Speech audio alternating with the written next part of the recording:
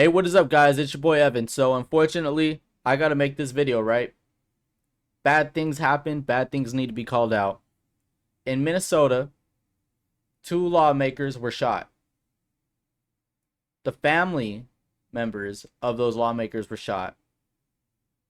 And many more were going to be shot. The rhetoric in this country has gone pretty insane. Needless to say, it's one side that's much more violent than the other. I'm not going to go ahead and play this false dichotomy of, oh, well, there's issues on both sides. No, let's be very clear on who the crazies are. Let's be very clear on the people who take things to bullets rather than ballots. The left has just gone off the wall with their rhetoric. And there's too many conservatives that are trying to play this somber game of, oh, we need to pray for the families. We need to reflect on the state of our country. We did that. The only part you're right about is that, yes, pray for the victims, pray for their families, pray for the suspects that they change their heart. But that's not where the buck ends. I'm tired of turning away from bad behavior.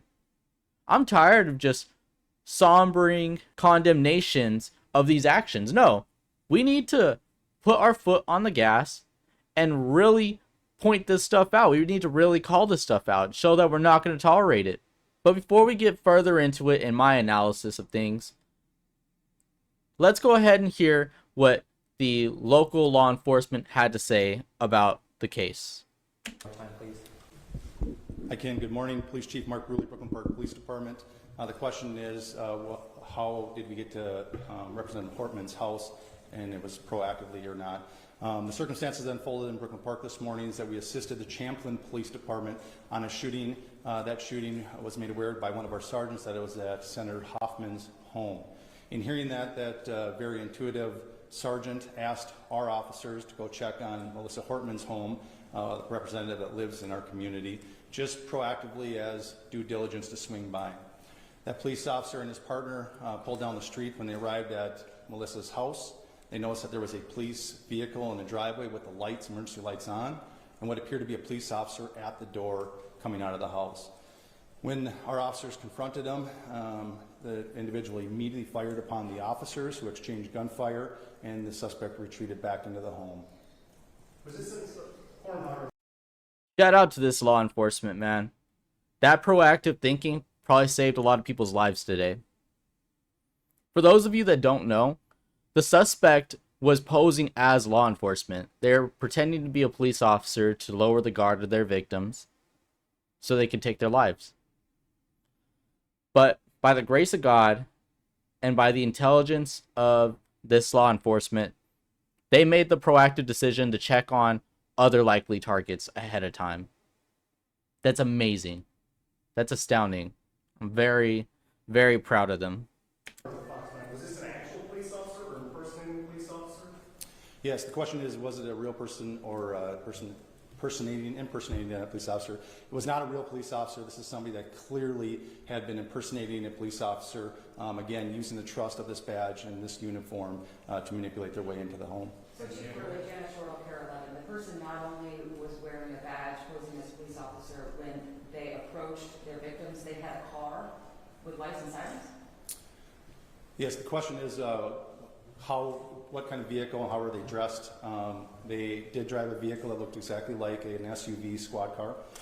It was equipped with lights, emergency lights that looked exactly like a police vehicle. And yes, they were wearing a vest with taser, other equipment that would, a badge very similar to mine, that no question, if they were in this room, you would assume that they are a police officer. Chief Bruley, I'm Dexter with WCCO News. Can you describe the moments after that played out? You said the person went into the home, and then can you help us understand the next 10, 15 minutes of how we got to the point we're at now? Yeah, briefly, although I'm just going to remind us that this is an absolutely active investigation. We have thousands of people sheltered in place in the city of Brooklyn Park right now. We are in an extensive manhunt involving hundreds and hundreds of police officers and SWAT teams searching, gridding off areas as we believe confidently the suspect had fled out the back of the house after being confronted by the police. Very briefly, after the officers had exchanged gunfire, and the suspect retreated into Melissa's home. They immediately went up to the threshold and looked in and seen a male that was down, clearly had been struck by gunfire. They made limited penetration, grabbed a hold of the male and drug him out to safety to attempt first aid. However, he was pronounced dead shortly after that. At that point, the officers surrounded the house, got additional resources and SWAT resources, and then ultimately went in with a drone identifying a female in the home. Gracious, man. That's horrible. Slain in your own home by someone who looks like someone that you would trust. It's appalling. But this is where we're at as a country. And it's not enough to say there's no room for political violence in the US. No, that's not enough. We need to call out the people who are responsible for this indirectly. When you go and say that the current president is a tyrant, that he's a king, that he is an authoritarian fascist, you think those words don't have consequences? When you call every single person that sides with him a Nazi, do you think that language doesn't go anywhere? There's a old saying, right? If you wouldn't say it to your mother, you shouldn't say it at all. In a weird way, this is one of those situations, but not in the sense that the person is so sheltered that you shouldn't say these profanities. It's that the person is so unhinged that you shouldn't say this rhetoric. If you wouldn't say it to the craziest person you could imagine, right? The most unhinged lunatic on your side of the political spectrum, if you wouldn't say it to them, why would you say it at all? That needs to be the new standard. We need to take the craziest, most unhinged personality you could possibly think of, and if you wouldn't say this to them, don't say it at all. How far apart are the two scenes? About 8 miles? I would say, yeah, somewhere around 5 or 6 miles apart. How much do you know about did the person that was impersonating the officer who allegedly shot these people, did they knock on the door and people came to the door, or did the person break into the home?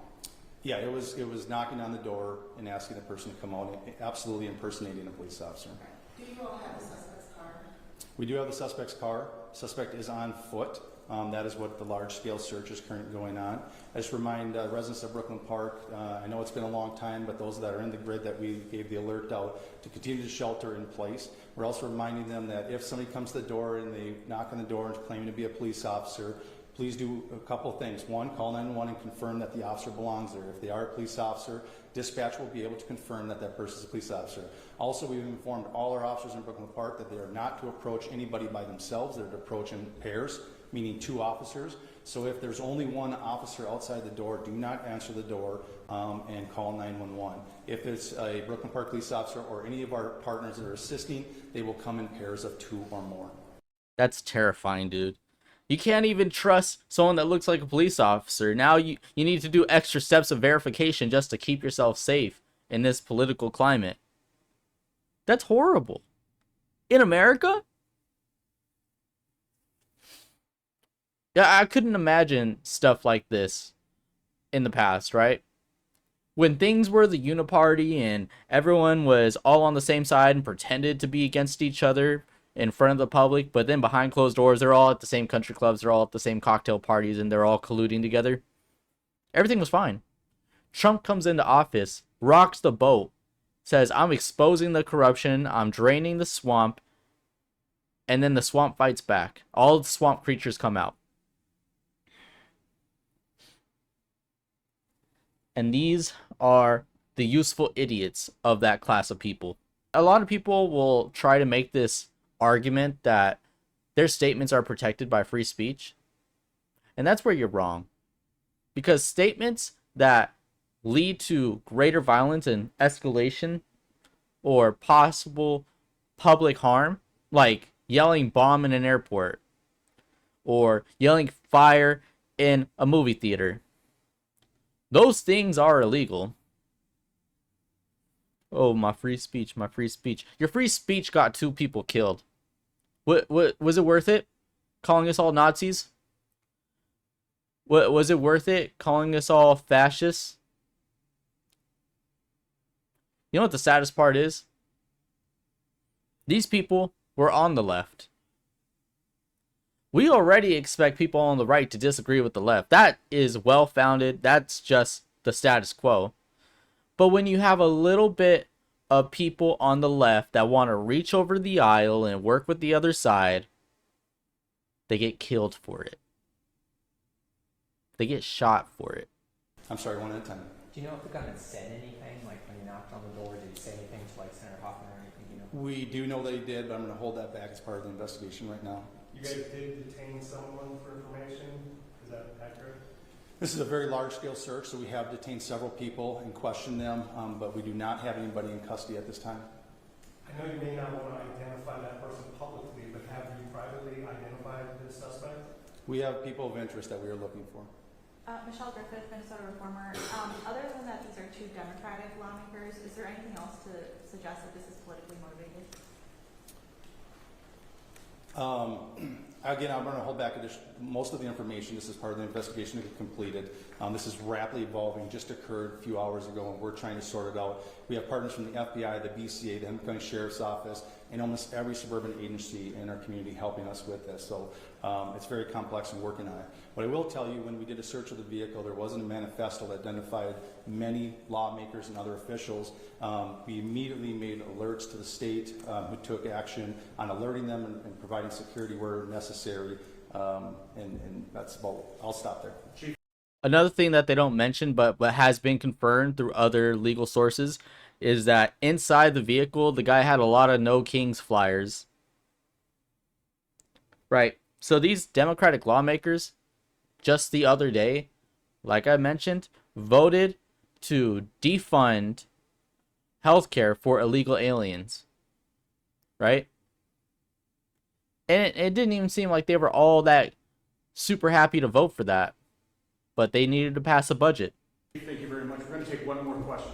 Through with the PCA, can I ask just, you use the word targeted, and that's kind of along the lines of Michelle's question in terms of politics, Democrats, Republicans. These are both Democratic lawmakers. You said the word targeted. So targeted because they're politicians or targeted because they're Democratic? Well, so the question is were they targeted, and when I use the term, why am I using the term? As Chief Bruley noted, there was a list of individuals, and the individuals that were targeted in this situation were on that list. And so when we're looking at that, as Chief Bruley said, it's far too early in the investigation to be able to provide information, but I do think we'll be in a position where we'll be able to develop the motivation behind these attacks, and we'll be able to provide more information as this unfolds. And so that's part of the reason we're using it, is I think there's some preliminary information that is telling us kind of where this is headed, but we need a lot more work done by all the teams that are here working on that to be able to provide that with you with a degree of accuracy. Are you able to say how many individuals were on that list? Thank you. There's a rally. It looks like that's the end of it, guys. So you've seen that, you heard that. This was a targeted attack on two Democratic lawmakers shortly after they voted to defund illegal alien healthcare. They were on a list that included many more. And as of this video, that person is still at large. Now, I believe I saw something that said that there is a possible suspect that they believe that they got that is the person. But let me just look for an update for you guys. Okay, so as of 36 minutes ago, the Associated Press put out that the authorities are still looking for the suspect in the shooting of two Minnesota state lawmakers. Brooklyn Park, Minnesota.